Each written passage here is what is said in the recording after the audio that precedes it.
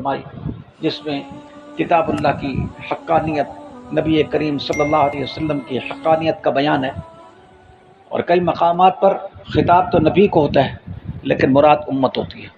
چنانچہ فرمایا فاعبد اللہ مخلص لہ الدین، اللہ کی عبادت کرے خالص کرتے ہو اس کے لیے بندگی کو، یعنی عبادت کے اندر اللہ کے ساتھ آپ کسی کو شریک نہ ٹھہرائیں، عبادت کے اندر اللہ کے ساتھ کسی کو آپ شریک نہ ٹھہرائیں۔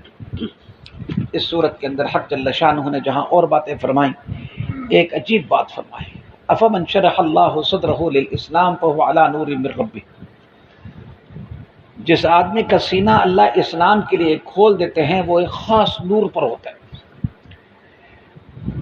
اور اس نور کی وجہ سے وہ خیر کی طرف چلتے رہتے ہیں۔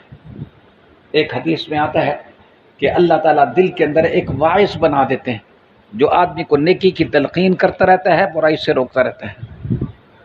پھر اللہ پاک فرماتے ہیں فویل للقاسیۃ قلوبہم من ذکر اللہ، ہلاکت ہے ان دلوں کے لیے جو کیا ہے سخت ہو گئے ہیں اللہ کی یاد سے، یعنی اللہ کی یاد ان میں اثر نہیں کرتی۔ اللہ اکبر، جب دل نرم ہوتا ہے تو اللہ کی بات اثر کرتی ہے، جب دل سخت ہوتا ہے تو اللہ کی بات اثر نہیں کرتی۔ یہ شرح صدر کے متعلق پہلے بھی بات گزری ہے، پھر بھی عرض کر دیتا ہوں۔ صحابہ نے پوچھ لیا یا رسول اللہ شرح صدر کی کیا علامت ہے؟ آپ صلی اللہ علیہ وسلم نے 3 علامتیں بیان کی۔ فرمایا تجافی عن دار الغرور والانابۃ الی دار الخلود واستعداد الموت قبل نزولہ۔ التجافی عن دار الغرور کیا ہے کہ دھوکے کے در سے گھر سے ذرا پہلو تہی کرنا، یعنی دنیا جاذب نظر نہ رہے، اور آخرت کی طرف رجوع رکھنا، اور موت کے آنے سے پہلے موت کے لیے کیا ہونا تیار۔ اللہ تعالی ہم سب کو شرح صدر کی نعمت سے نوازے۔ اس صورت کے اندر ایک آیت ہے، حق جل شانہ فرماتے ہیں قل یا عبادی الذین اسرفوا علی انفسہم لا تقنطوا من رحمت اللہ۔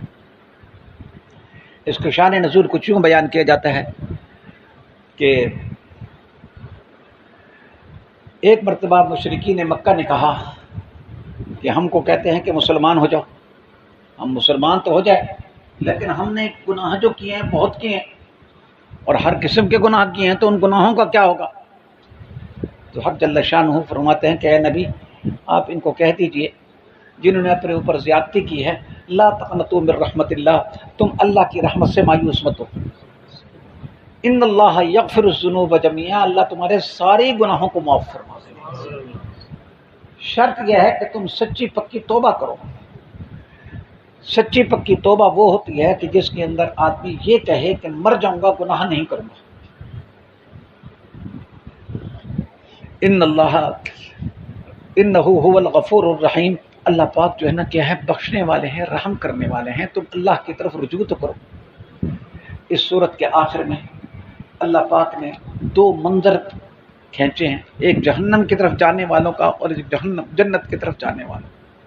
فرمایا وسیق الذین کفروا الی جہنم زمرا، جہنمی لوگ جماعت در جماعت جا رہے ہوں گے جہنم کی طرف۔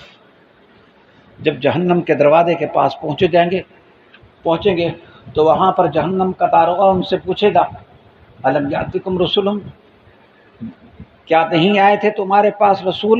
الم یاتکم رسل منکم، تم میں سے رسول نہیں آئے تھے؟ وہ کہتے ہیں آئے تھے لیکن حقت کلمۃ العذاب علی الکافرین۔ پھر اس کے بعد جنت میں جانے والوں کا نقشہ بڑے عجیب طریقے سے کھینچا۔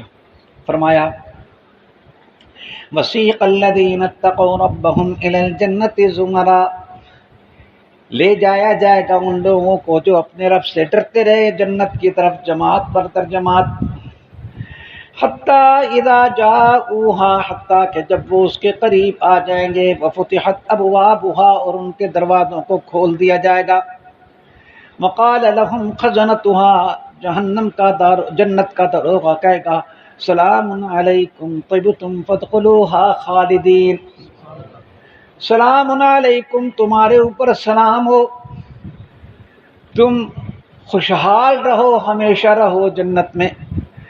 یاد رکھو جب جنتی جنت میں داخل ہوگا تو اس کو بتانے کی ضرورت نہیں پڑے گی، وہ کشاں کشاں خود بخود اپنی جنت میں پہنچ جائے گا۔